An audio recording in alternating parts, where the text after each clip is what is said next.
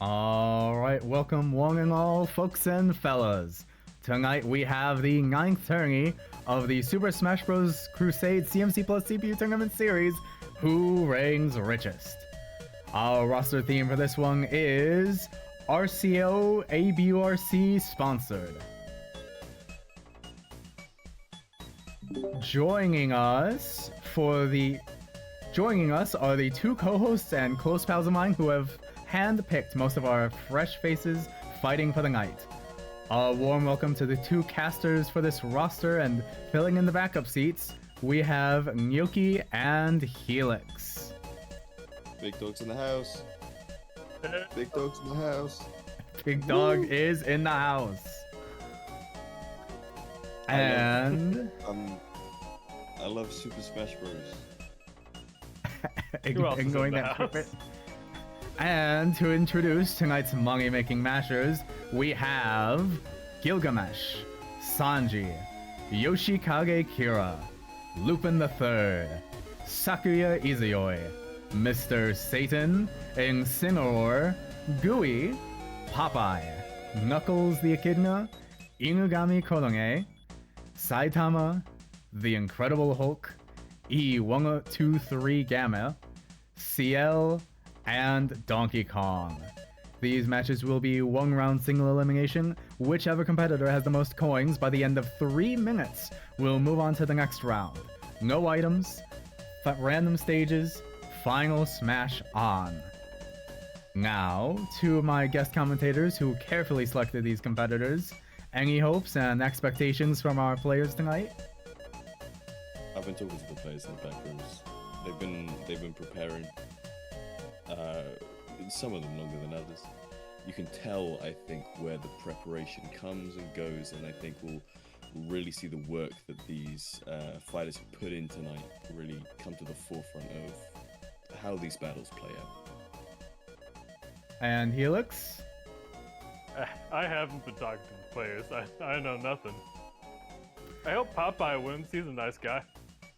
Fair enough. We've all got our favorites we're cheering for. And with our fighters at the ready and the conditions set, it's time to see who reigns richest. We move on to the main screen here.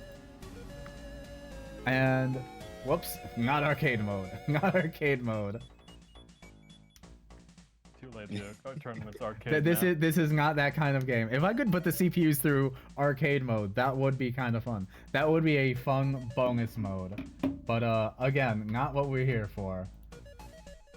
So I unpause that. I pause this. I got my words backwards.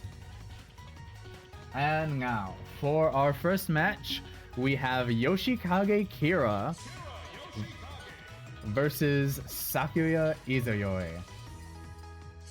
Now, if I recall right, these are both some Noki picks here.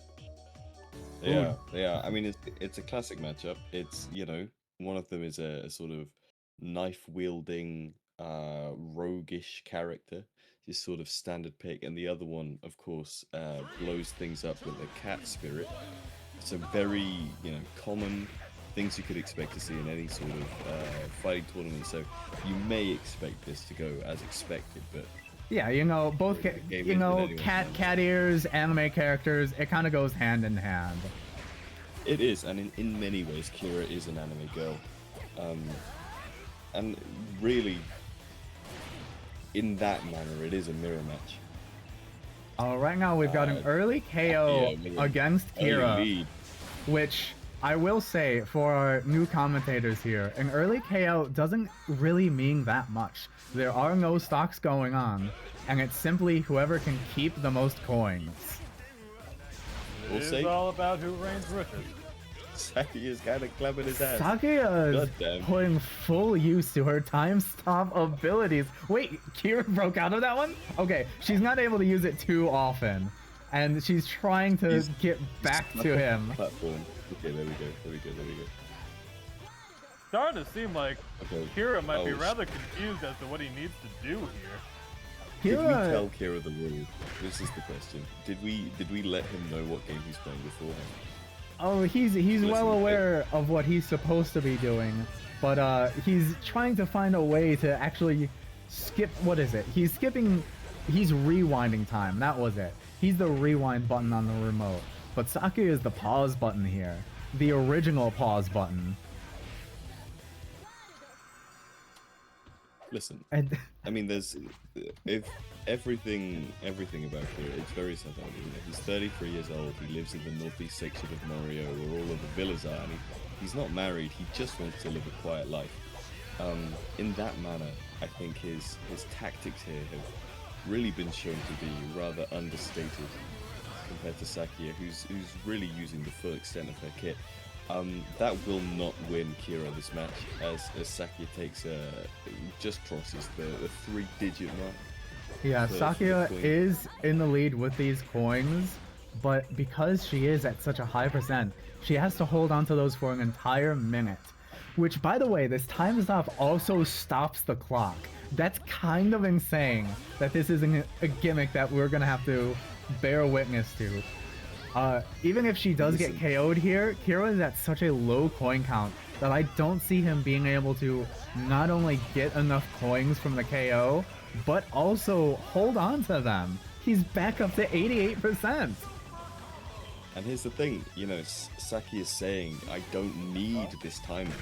It doesn't matter how long the battle goes on for, I can make it go on for longer. It doesn't change the fact that, you know, it's a really, really confident play we're seeing from Sakuya here. So it'll be interesting to see whether that confidence pays off, as Kira is starting to really make up that difference in the coin count. Well, you say starting, but he should have started a while ago with 10 seconds left on the clock. That's about a 40 coin lead on Sakuya. I think we know who's moving on to the next round. Well, with 5 seconds to go, do we see one final time stop just No. to keep it in the loop? Just to No, keep it no, in we there. don't. Just a flex. Sakuya moves on to the next round. Okay. I would Alright. say as expected, but honestly, I've lost a lot of money betting on that game, so I'm not going to make any predictions here on. Yeah, we don't set the... We tried the predictions for a little while, honestly, but not at this point. And to follow up that last anime act, we've got Sanji versus Gilgamesh.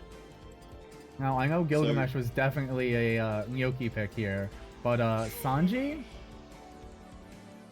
I think both were. Okay. Both were with me. We're not getting any of my picks until the next match.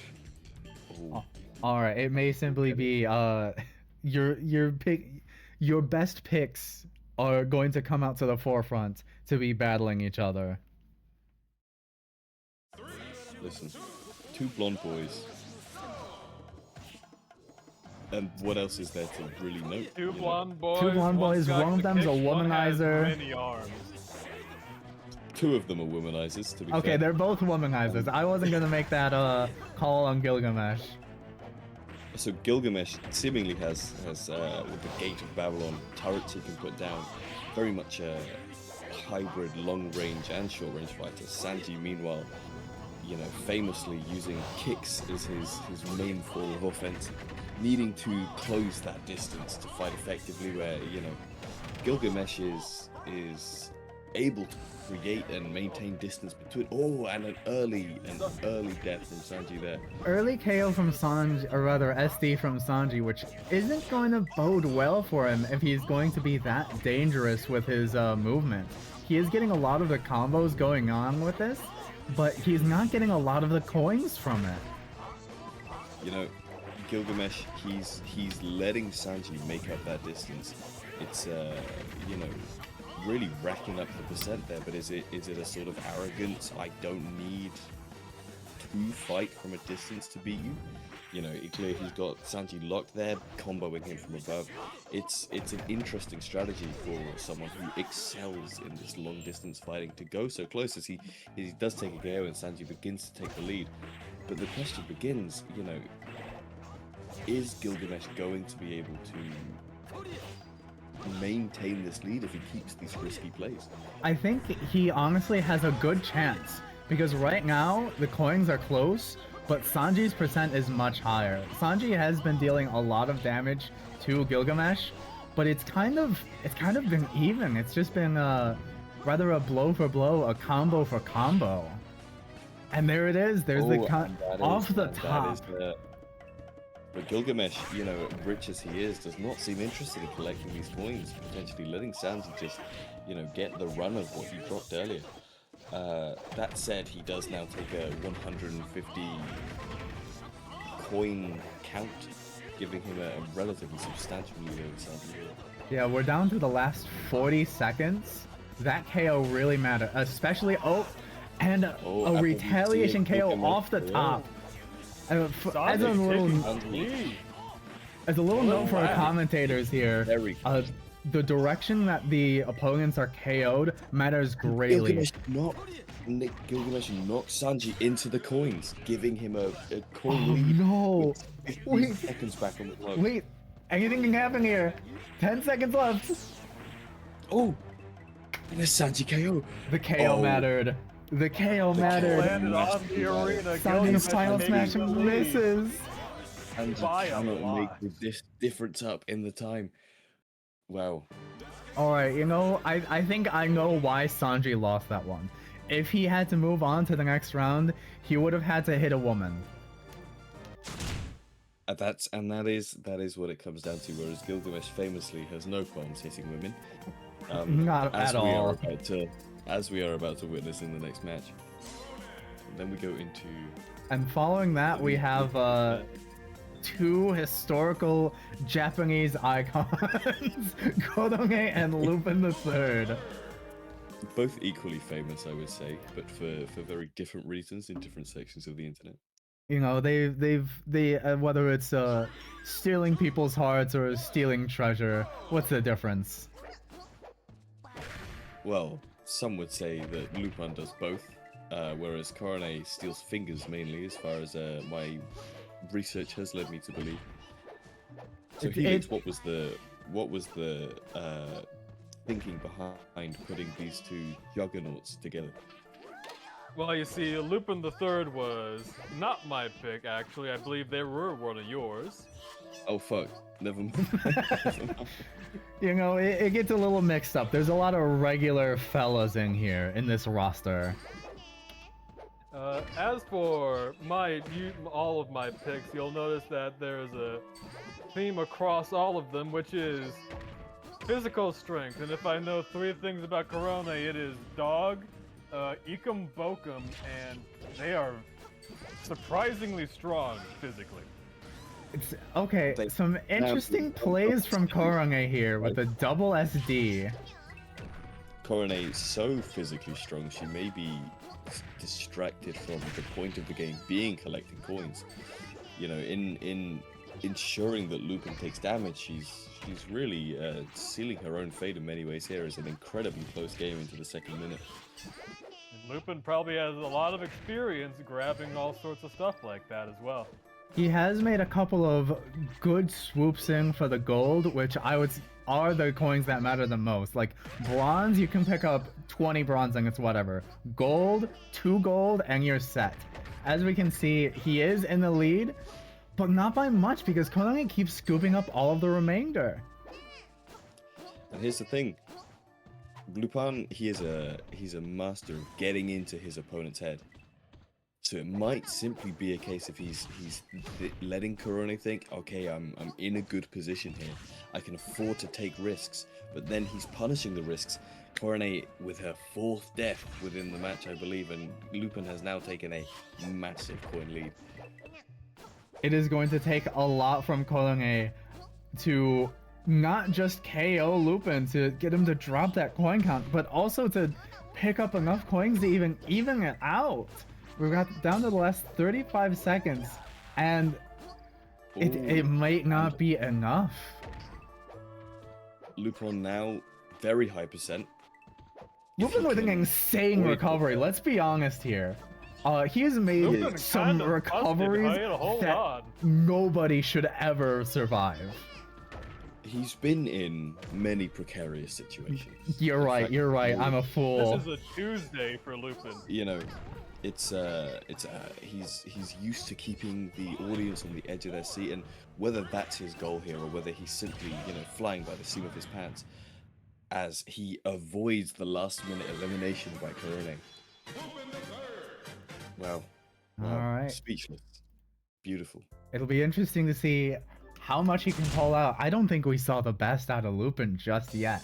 That's just my thoughts there. I think he's keeping things in the tank.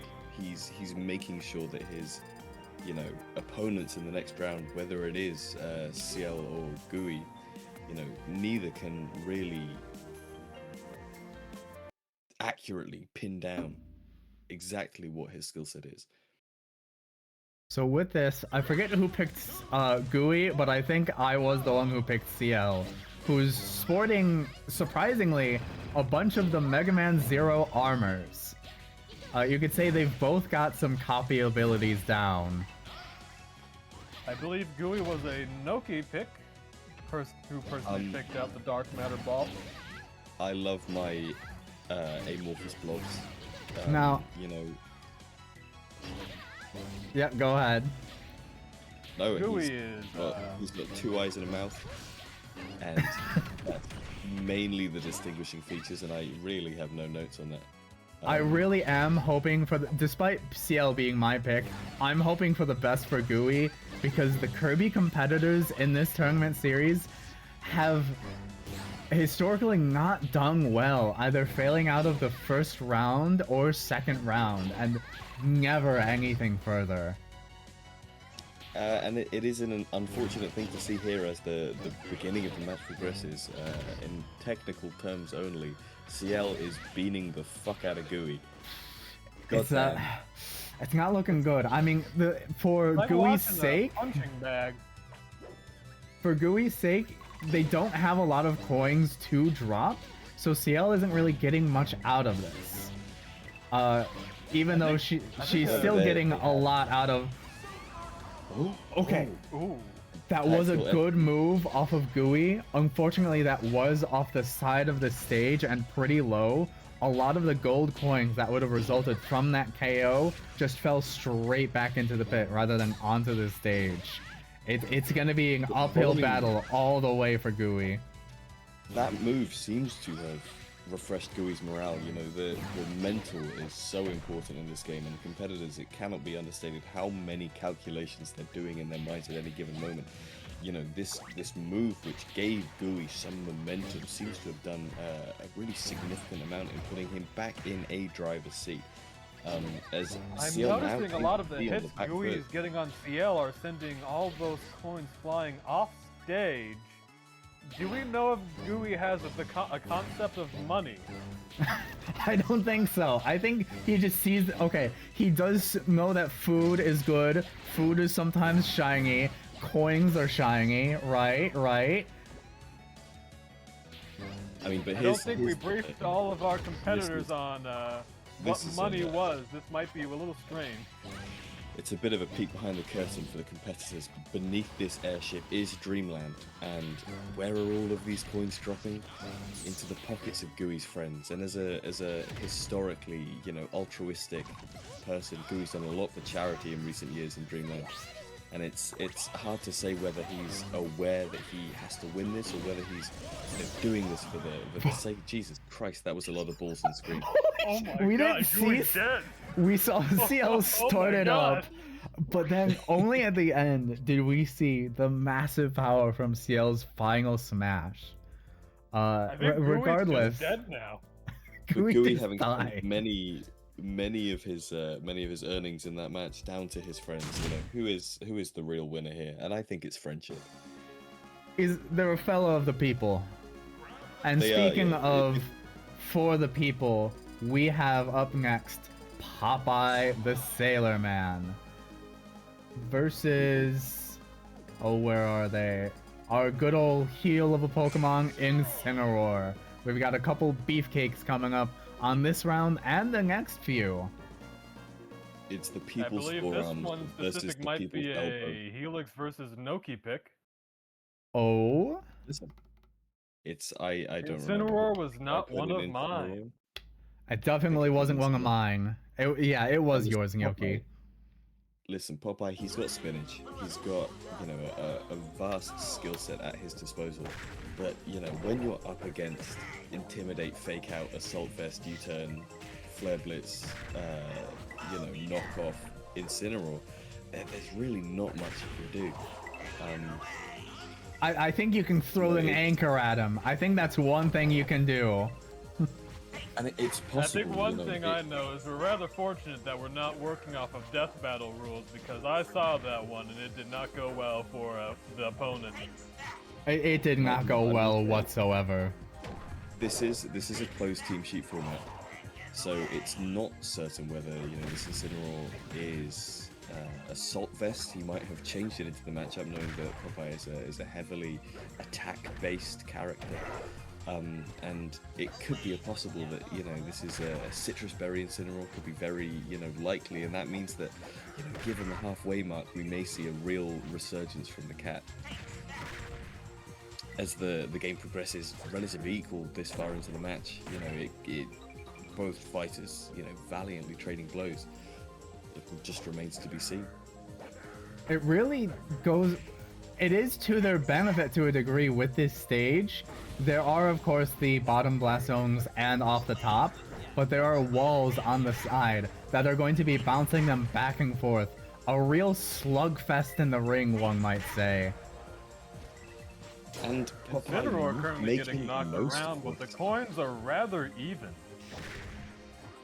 And Incineroar seemingly understanding angles better than Popeye. Ooh, I take back Never what I mind. said. Huh. What I just said, I take that back. I think he saw the wrong angle there. Incineroar already having retaken the point lead at a fresh 0%, knocking around Popeye as he's barely flinching from his attacks and just soaking up all of the coins that both of them are losing.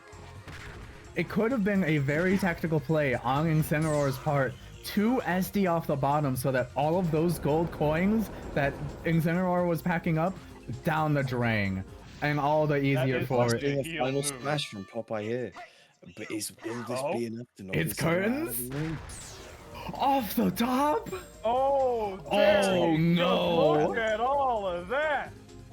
And here's Wait. the thing, but that's given Incineroar his final smash now, and if he can land it, it won't matter what Popeye just did, because Incineroar Alright, well, top with final smash on deck. It And he looks misses like, it. Oh, and Popeye He makes him whips waste it. But Incineroar now has a convincing coin lead with 15 seconds left in the match. It's looking like this might be Incineroar with 10 seconds on the clock. Incineroar Keep didn't his even elbow need the once final again. smash. Incineroar banned to Ubers. Banned to Ubers yet again. The winner of this match is Incineroar. Well, it's And- sickening, really, to see him thrive in any format he's put in. But there's not much you can do. Well, I wonder who ended up putting him here. No comment. And so, following that rather close match, we have a match that should be anything but close. We have, if I can find the guy, Saitama versus Mr. Satan, the World Martial Artist Champion. And listen, who's this? Gotta bald say, guy? Saitama's at a real disadvantage here. Mr. Satan has a lot of experience in this field. We've got, you know, one of the strongest people in existence, right? Shown to be able to tackle any threat with extreme ease and, you know, almost no difficulty, not even a sweat on his brow. And he's facing Saitama, of course. A ranked hero, Cape Baldy or something. He's not very popular. Yeah, bold cape, and he's taken this early lead, but you know, as we saw with the fight with Newman Ryder, he is just taking credit for things that Mr. It Satan is just means. beginner's luck, you could say. I think this is his first official appearance in really anything. Mr. Satan's just giving him a little leeway. And it's Mr. Satan. It's possible that I think these hits he's taking, very very altruistic from him, very kind of him to do, to give these younger competitors a chance.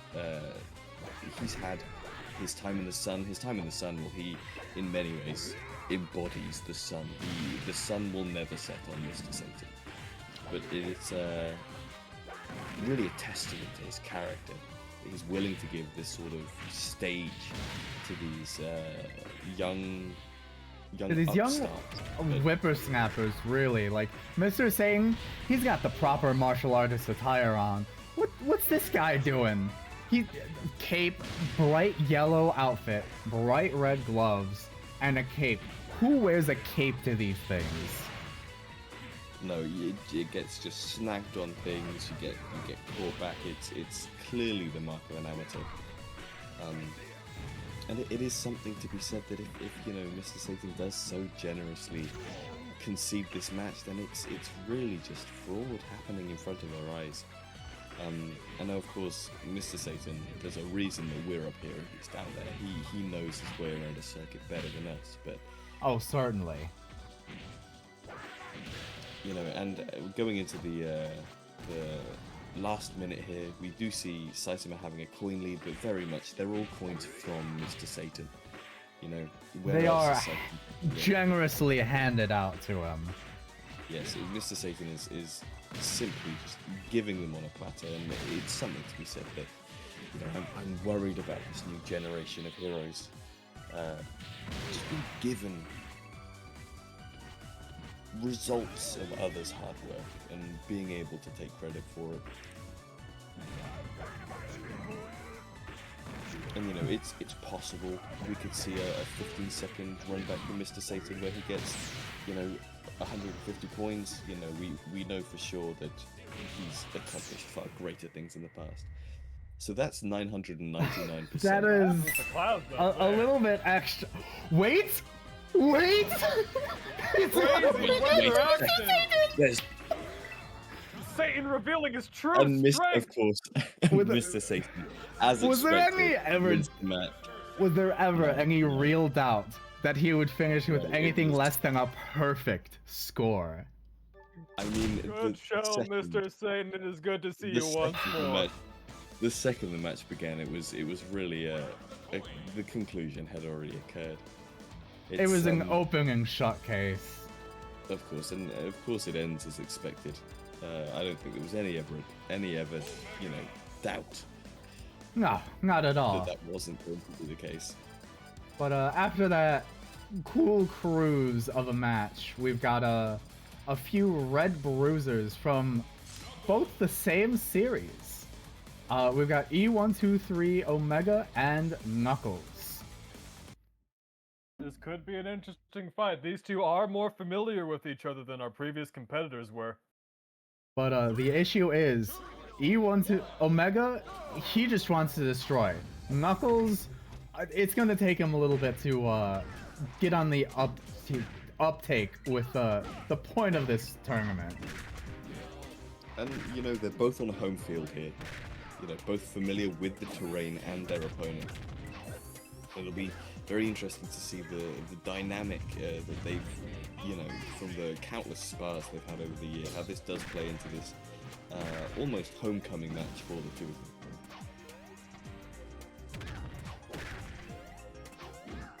them. Knuckles taking a convincing physical early lead, but Omega maintaining the... Slipping into the water, he might be a little stuck.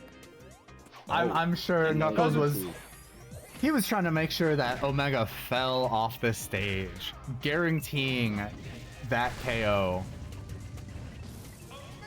Yeah, Knuckles with a slight point loss there, understanding that he doesn't need to gain points as long as he just denies Omega his. And it's a strategy we've not seen yet this tournament, but it's a refreshing change of pace, and I'm excited to see how the rest of this match progresses, if this is the mindset that Knuckles is committed to. Now, what is interesting to see here is while Omega is just casually throwing around some jetpack boosts, Knuckles has some pretty good movement on the stage. Once he's on the ground, he's blocking, dodging, and weaving.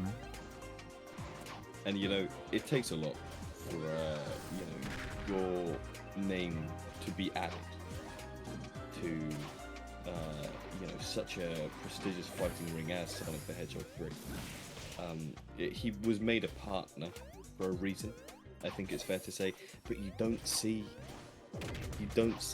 Sonic 3 and E123 Omega, and I think it's that fame difference and the understanding of where their roots are may prove a vital component in the way that this match now shapes out.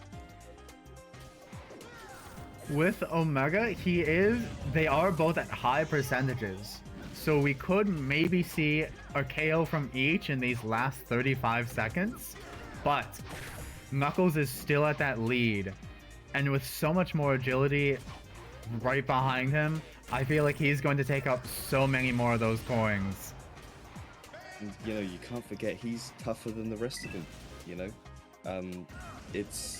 It's something you really have to take into account. We're down to the last 10 seconds. Omega might have been holding on a bit too strong for the Echidna. Evasive for the last few moments. Taking a hit, but managing. All right. Listen, it's always something you have to consider into the late stages of a match. Everything can change in a second. As we saw with Mr. Satan, of course, taking the complete control of that match within the last 10 seconds. It's never something you can count on, and Knuckles as the favorite to win. It's disappointing to some who likely spent their life savings on bets here to see him go out this early, but matches remain to be seen. You can never left in the tournament. You can never truly count anyone out until time is up. Precisely. And to finish out our round one, we have the biggest and the bulkiest of them all, Donkey Kong versus the Incredible Hulk. And here's the thing, the Incredible Hulk, he's been called invincible. He's been called a number of things. He's a really powerful contender, a brute who can take any number of hits and deal them back. But Donkey Kong is a gorilla, and we all know 100 men versus one gorilla. My money's always on the gorilla. And my money's on the gorilla. He's no Superman. He's just a man. Hulk, he does have these punches, these kicks and all of this, but not only can Donkey Kong also, dole out a significant amount of physical damage, he is also a monkey. Hulk has the punches and kicks. Donkey Kong has the punches, kicks, and barrels. And, I would like to correct the fellow commentator Noki here. They are an ape. They are an ape. They are, yes. You are quite correct. Donkey Kong is not a monkey. However, monkey is a sort of honorary term in my heart where they all live together. So I hope that clarifies my mistake there. Sometimes we can forgive being a little bit politically incorrect as long as your heart is in it. And listen, my heart does belong to Donkey Kong in many, many ways. He's helped me through, very rough times in my life. My divorce, he was there for me, helped me move out of my ex-wife's house, and really, as a commentator, you shouldn't have bias, but when it's as stellar a character as, Mr. Kong himself, it's difficult not to be swayed in one direction or another. We're down to the last minute here, and I would say it's close, but Donkey Kong is being KO'd as I'm saying it, and it's going to be a little bit more to work up from for DK, with Hulk's now almost 100 coin lead, and Final Smash. Where is all this momentum from Hulk coming from? He's just had a game out, right? He's been through a pretty significant ordeal recently. The whole Bonanza saga. it's safe to say that he's not on his best form, having saved the world or whatever happens in that game I haven't played it. But Donkey Kong does have his final smash here, and he's trying to get his final smash, but he's not able to get close. We've got 13 seconds left, DK. Okay, will he pop the final smash? Miraculous recovery. Hulk is not letting him land. Okay, and there are many coins on the ground at the moment. But DK does not seem to think he needs to use his final smash. And it cost him the game. It did cost him the game in the end. DK saw that Hulk was taking that lead and just lashed out, forgetting everything else. And unfortunately, despite the incredible show of power, it wasn't enough. With Here's that, the thing, if you just let everything go and you go bananas. I don't have a punchline to that. Sometimes if you let it go, it's bananas. That's really it. So with that, we are halfway through the tournament, and on to the second round. We have Sakuya versus... Oh, I'll be honest, I don't remember if I clicked the alternate thing for Sakuya. We will see shortly. Sakuya versus Gilgamesh. Two Sakuyas? Yeah, it's Oh. Yes, I think we might have been on the other one. I think yeah, that sounds about right. It is interesting to see potentially how she shakes it up. I keep missing wherever this blonde bastard is. There he is. All right. So, round 2. Oh God, where is he? There he. Okay, there he is. All right, we've got the same Sakuya loaded in, and we've got a kind of narrow stage here. It's got more height than length. Okay, and that's interesting for these very horizontal fighters. Sakuya taking the first hit, but Gilgamesh definitely dodging that time stop ability. The way I see this, it's Sakuya's time stop is going to, be her main weapon. But Gilgamesh, as long as he's able to keep her in hit stun, able to keep her away from her own strengths, then he may be able to pull this one out.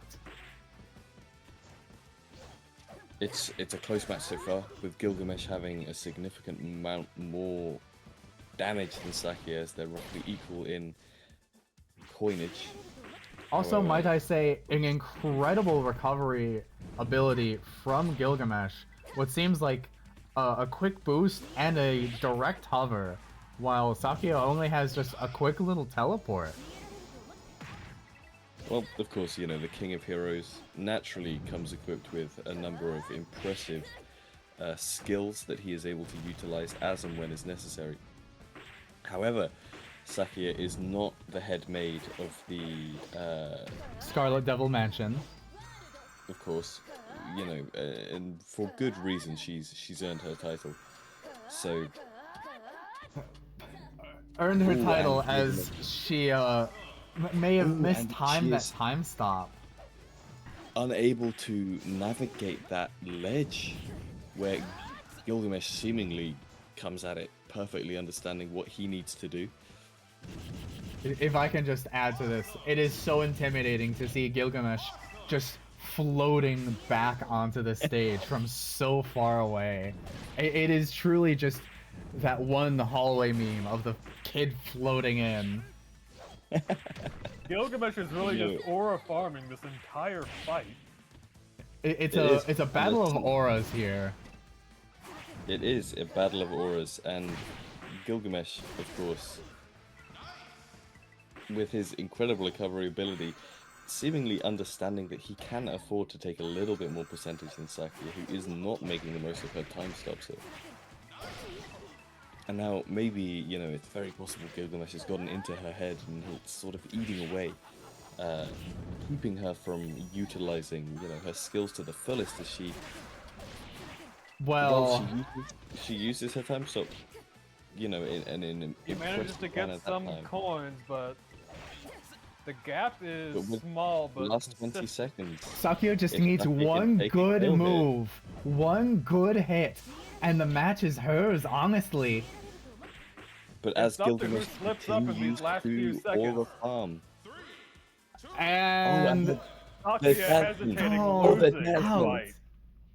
Gilgamesh taunts Sakia with a dancey dance before taking the game. As he moves on to the semi-finals. I could not have predicted that one. You heard me during the intermission. That was not what I was thinking would happen. No, well, Gilgamesh, perhaps the villain of this tournament as it stands, taking out two real favorites to potentially win the whole thing. It's anyone's game still. Anyone's game, as we have Lupin the Third versus CL.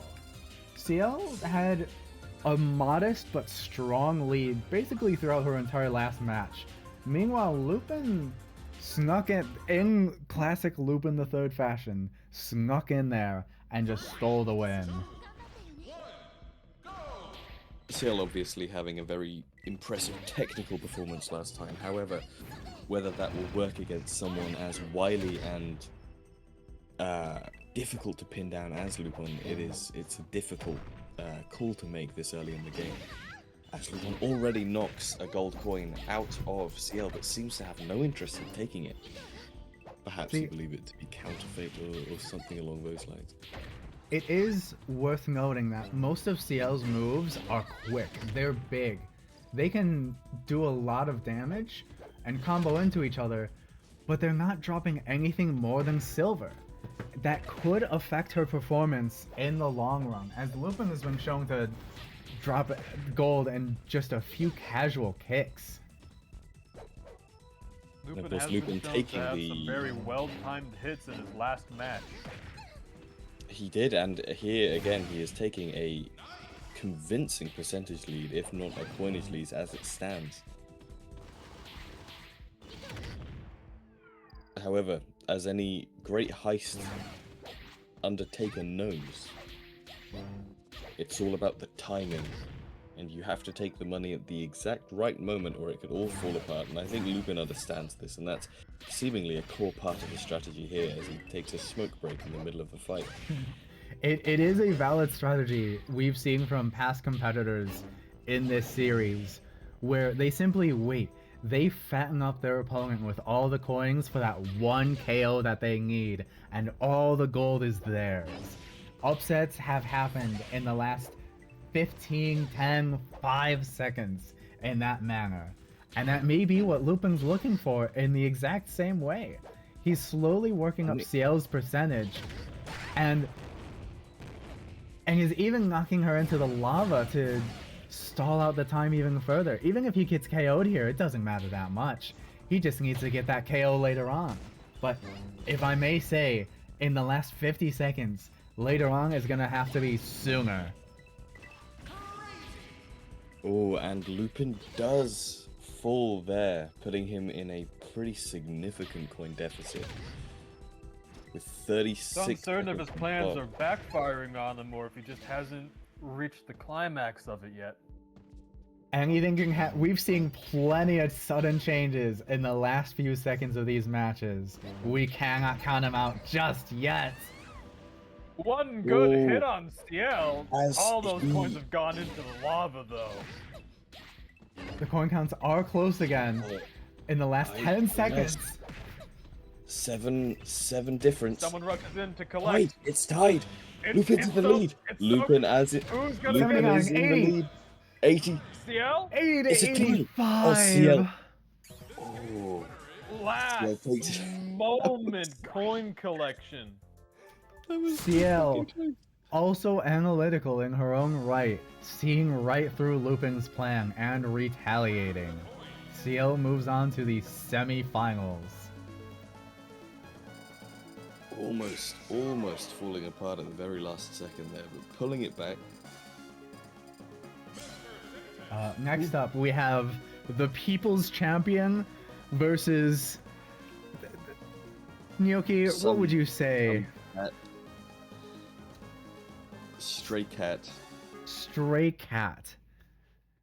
I mean, he's an impressive competitor. He's made his name known for a reason within his circuits, but it's sort of, you know, it's a little bit like if you were to play basketball with kindergartners. It's just not a fair fight, and you know, Incineroar must know this, and it's going to be a damaging thing for his morale going in, facing such an esteemed opponent.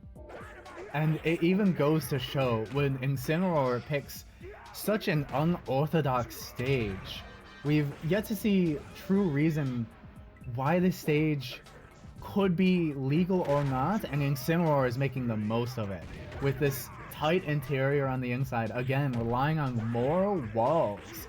He's too scared to recover on his own. Mr. Satan, of course, taking the lead here. Seemingly he, you know, build up as much altruism as he was interested in giving out in his match against Saitama, and is simply just now interested in, you know, showing the cat who's boss, as it were. We're in the quarterfinals now. Mr. Satan is much more invested in giving everyone the show they paid to come here to see. Yeah, for this fire type, he's pulling out the spray bottle. They don't seem to understand the floor very much. Mr. Satan getting the hang of it. He's not used to fighting on these unconventional stages, and I think we can say neither is Incineroar. It was a dirty pick by Incineroar, but one that may not play to their advantage. And now there's something to be said that, you know, we've seen that Mr. Satan chooses not to use his incredible recovery, I think it's fair to say. Instead opting for a rather meager jetpack to give his opponent some form of, you know, chance to go against him convincingly. However, on a stage like this, where a recovery really isn't as needed as it might be in other cases, Mr. Satan is really... I will say to that, we have had a past champion win on, of course, his own strength, but also his complete lack of recovery. With all of the coins lost, basically falling straight to the bottom blast zone, and oftentimes below the stage itself, the competitor would never have a chance to pick up any of those coins. It is a valid tactic that, unfortunately, Mr. Satan isn't really getting to employ here either, as we're down to the last 25 seconds, and Incineroar has a coin lead. I have a theory There's a face that versus heel match written all over it, and the heel might be grinning here if Mr. Satan doesn't come up with something in fast. I believe that Mr. Satan might have misinterpreted what this match is. Are you sure about... Oh no! Mr. Satan! There's no way. Sudden death! It's a sudden death! It's a sudden death. It is anyone's game! And of course, leave it to a cheap, quick move from Incineroar to steal the match. Yeah, this is, and it's fraudulent. You know, Mr. Satan uproar from the crowd. He was so invested in a clean match. He kept it perfectly even, perfectly calculating every moment, only to be dirtily backstabbed as soon as he tries to give his clearly extremely inferior opponent an equal floor to stand on as him. It truly is unfortunate to the tournament. It would be with dirty hands and bloodied conscience. To see a competitor go to such lows for their win. It's not in the spirit of the tournament, may I say. And, you know, I think should the eventual opponent in the semi-finals not be able to dole out the justice for Mr. Satan that he so deserves, then I think, you know, all of the viewers at home, as well as us up here in this box watching the match, it's going to be a sad thing. Moving on for time, though, we do now have Omega versus Hulk. It is Rage versus Rage. on a unfittingly happy stage, if I may say. The vibes are really quite jarring here. No Omega ledge to grab onto seemingly- for Omega. And here's the thing, it's seemingly it looked as if Omega fell to his death, but it might just be a choice that he cannot stand to see that smiling sun anymore. You know, as filled with anger and vitriol as these competitors are, you know, this may be a significant detractor in their performance here. He didn't want to rely on the rainbow to succeed. It was too happy for Omega. Omega hates gay people. Okay, And well, that's why I'm gonna wait for official statements from our competitor on that one. I'm not sure Omega. If I may speak my opinion on the few times I've met Omega, I think they simply don't care as long as you are not in their way. Whether or not, you know, and of course I don't have as personal a relationship with Omega as my fellow commentator here, but I do know Hulk, and I do know Hulk does stand for, you know, not only trans rights, but, you know, many sort of... Human rights in general. He's a wonderful guy, a really good conversationalist, and, you know, I think it is, maybe he has been empowered somewhat by the rainbow here. Very much a human rights activist, that Hulk. We do have Omega's final smash. I'm not sure if we got to see it in the last match here, but he's struggling to find an opening to get down beneath. Wait. A full team dark? Wow, and Hulk seemingly unperturbed. Oh, Unperturbed and retaliating with his own final smash, actually getting a KO. Where did all that rubble come from? We are in space. He shook the moon itself. An impressive display of strength from Hulk in these last, now 6 seconds. Oh, and Omega with a massive Omega coin taking lead the going lead. into the final few seconds. Omega yet again it. swiping the win. Finally, a final clutch victory there. A deceptively strategic play. Is Maybe- it possibly the case we've all been misjudging him? And Omega isn't filled with rage, but is instead a calculating machine. We'll have to see if he actually makes it through the tournament to start believing in him that much. You don't get character development without winning another fight. Yeah, we gotta see what you're actually made of. Unfill the quote above, yeah. But following that, we have in the semifinals Gilgamesh versus CL. Both Blade users, one of the past, one of the future, you could say. One.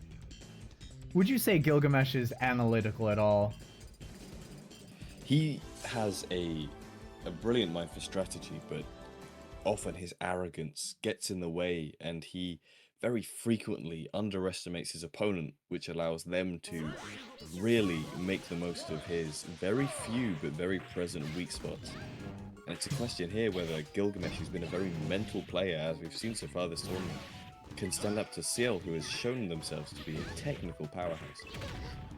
CL also does have plenty of strategy herself, but it's more of off the field.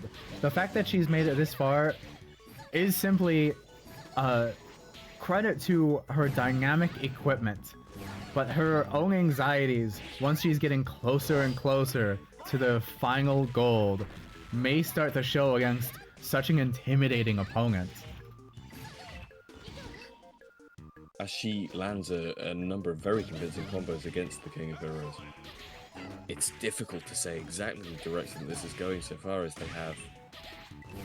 Well, CL is in the coin lead, and Gilgamesh has a significant amount more damage sustained than her. That is the However, case, that's- but if we remember the last match, that was the exact same way it went for Gilgamesh before he turned And it he- over. we have to appreciate as well, with as close to the edge of the stage as these platforms go, Gilgamesh's ability to aura farm is not as useful as it was in the previous stage. He doesn't have that free time to simply float on by and monologue. He has to get right back into the fight, which CL is more than ready to bring to him. But knocked off the top of the stage, dropping her coins right down where Gilgamesh can just go and pick them up. As But he's suddenly well, again, Gilgamesh is a very mental player, very arrogant, thinking, I don't need the coins you've picked up. The fact that you've lost them is testament enough. As the playing field seems to have been evened, though CL is not letting up.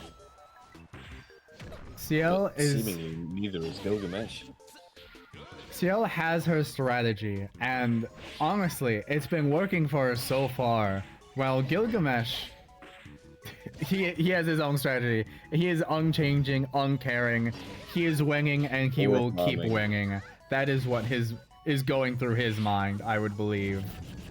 And even in this stage where there's not as much of an opportunity to do it, we do still see Gilgamesh aura farming in ways that, you know, maybe are not strategically necessary, but still he seems to believe vital to his game plan. Yet as CL takes a last minute KO, Coming up in the last 10 Gilgamesh seconds. can suddenly change the course of this match, I think it's a foregone conclusion now.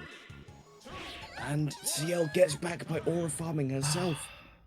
Oh my god! I could tell you, Gilgamesh if that got enough time for the KO, recovery. if that KO wasn't a star KO and instead just an immediate KO off the top, CL could have lost just enough coins and dropped just enough gold to fall in just the right position for Gilgamesh to pick up in the last second. He could have won. It's difficult to say, and as we see, both of the fighters have just left the victory screen. It's difficult to get really their post-game thoughts since they've both just fucked off. So we'll have to wait and see CL's approach to the next game, whether, you know, she'll try and stall out those final seconds more, knowing she barely made it by the skin of her teeth this time. And to be joining CL in the finals, we will see whether it is Incineroar, truly a heel of this tournament, just by virtue, versus E123 Omega, a powerhouse. Got very similar color palettes. Honestly, yeah, it's. I wonder who was actually no. It was still different picks. These are still in the semifinals. Two of your picks versus each other. Wow. I mean, and that's cinema.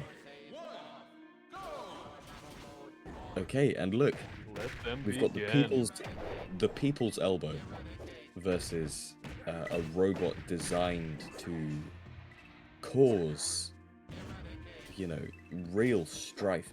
We've got someone who breaks fights people's elbows, if I'm gonna be honest, Noki. Exactly. We've got someone who fights for the love of the game versus someone who fights because it's all they have.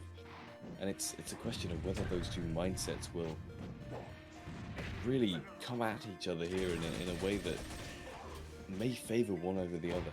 Something I am curious of, if we can take a look at the actual heights of our competitors, Incineroar might just be tall enough that on the normal ground, they are tall enough to nab any coins on the platforms, which hopefully isn't that much of an advantage for our I'd sly like to point out, Omega is juggling Incineroar right now. Incineroar is getting a little bit blasted. Oh? Got a bit of a standoff going on. Properly blocking against the flamethrower. And it's a difficult thing where Omega is just not letting up, not letting Incineroar regain any form of momentum here. As Incineroar tries to make up for it, but instead seems to make a catastrophic whiff. Incineroar's been up against very traditional fighters so far. He might not have as much experience against an opponent like Omega, who has actually just fired a gun at Incineroar. Yeah, with Incineroar Omega, is- there's so much calculated precision to his brutality that it's something beyond what Incineroar is used to. He is definitely catching these iron hands. Nice. Those two smaller platforms might also not be playing to Incineroar's advantage, as he gets, like I said earlier, juggled every time he seems to stand on them. Yeah, Incineroar is being It's- juggled, and Omega is just rapidly bouncing between all of them. And it's a possibility that, you know, okay, and Incineroar getting him off the stage, but not convincingly Omega enough. is Just stacking not up enough? on that damage. Damage and near their final smash. We could see the Omega final smash finally pay off. Even if they get KO'd in these last few seconds, it's still possible. Omega did just save Incineroar from a KO there, as Incineroar was about to barrel. Ooh, Oh, The Team Dark Blast oh my goodness! that guaranteeing is curtains. Love. the win. Not enough time on the clock for Incineroar by nearly any. Omega takes that win by a large margin. Incredible. Wow. The heel is taken down by pure destruction. The people's elbow broken, left in Broken, the dust. but not out yet. As we have our third place match between Incineroar and Gilgamesh. The two hotheads at their final chance of glory.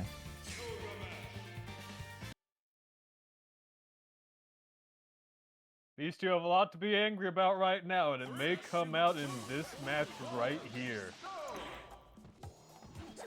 We will see. We will understand and recognize exactly where these players' heads have been at this entire tournament now. Now, Incineroar, I want to say, has been used to dealing with plenty of strange threats. I mean, he's always relevant in the Pokemon meta. He's seeing Ceruledge. A couple extra blades isn't gonna scare Incineroar. But Gilgamesh, is he used to fighting these kind of elemental beasts?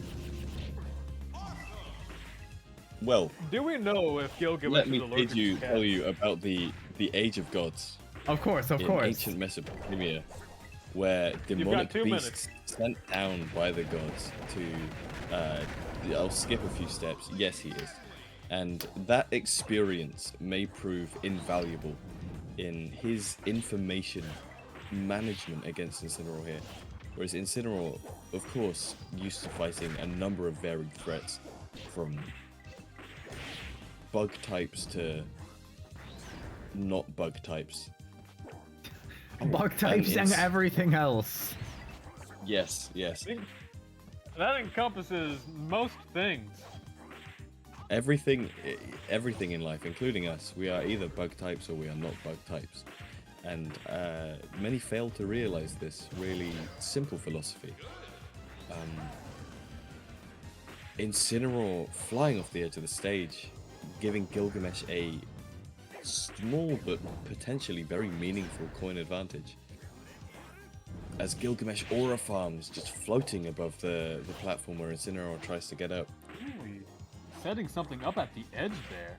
What is that? Yes, that is the Gate of Babylon, where Gilgamesh can launch swords and other weaponry that he has amassed over his very long and storied life to impale the opponent without any intervention himself.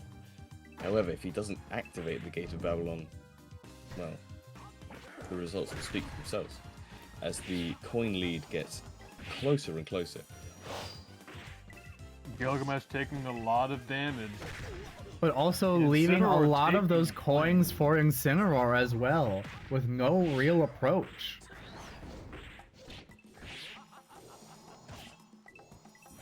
Gilgamesh may not Is be in that his A the- game after his last match. No, as you know, to lose as a king is a great blow to your pride, and Gilgamesh is likely suffering from that a significant amount more than Incineroar, It who is is a used to very losing, close match in the last few seconds. frequently in the ring. Oh, and Gilgamesh takes it by a 4-coin lead at the very end. It was a close and well-fought match, but Gilgamesh still takes home at least some prize. And so with that, we move on to the finals. CL, the unsuspecting underdog who is taking match after match with simple, straightforward precision, versus E123 Omega, an equally wide arsenal and mechanical precision of which has stormed across these matches. Who will come out on top?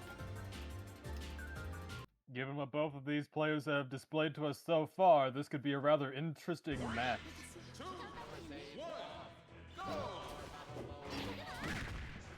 Okay, Now- and as the final match comes and begins with a furious showing from both sides so far, both undefeated contestants.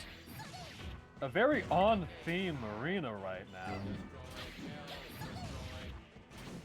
And Omega taking an incredibly dominant early coin lead here. A lot of how CL Not has letting thrived is go. with those platforms, while Omega has needed none of it. He is adapted to any terrain and will juggle just as easily as CL as anyone before. Omega is a powerhouse that, being from the Sonic universe, is very used to taking on fast opponents.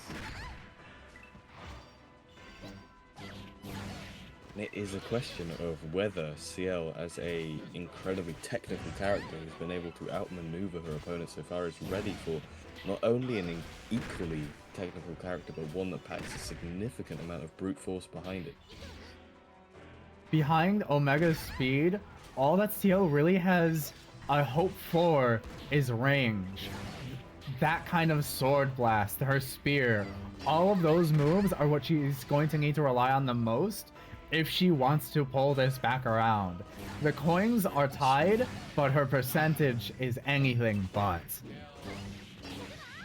All it will take is now Omega, possibly a tactical death, understanding that realistically, in the position he was in, he could afford to take it and still be in a favorable situation afterwards. All he needs to now do, having already regained the point lead, is simply eliminate CL, pick up what she's dropped, and that might be the results of the final for this Who Reigns Richest tournament. As we're down to the Seems last... be getting a hang of her range advantage. She is, and it's almost a complete reversal of what we were just seeing. CL low in coins, but also low in percentage. She can get a KO on Omega if she plays her cards right, but otherwise we may not see a final smash Unrelenting. for the rest of this match. It's just not enough time and not enough damage being dealt. Both competitors adapting to their opponents' methods and the tactics, but CL taking a point lead, but now once again, we've seen the damage that Omega's final smash can do. And CL's is, well, powerful, likely not enough They're to take both out online in the last Omega. 10 seconds. last 10 seconds, Omega with the advantage. And Oh, CL pulls and out hers Omega first. wins. It is slow to activate, so nothing could happen just Might yet. not The star be KO enough. CL off the top. off the Omega! top to the last second. Omega wins the tournament.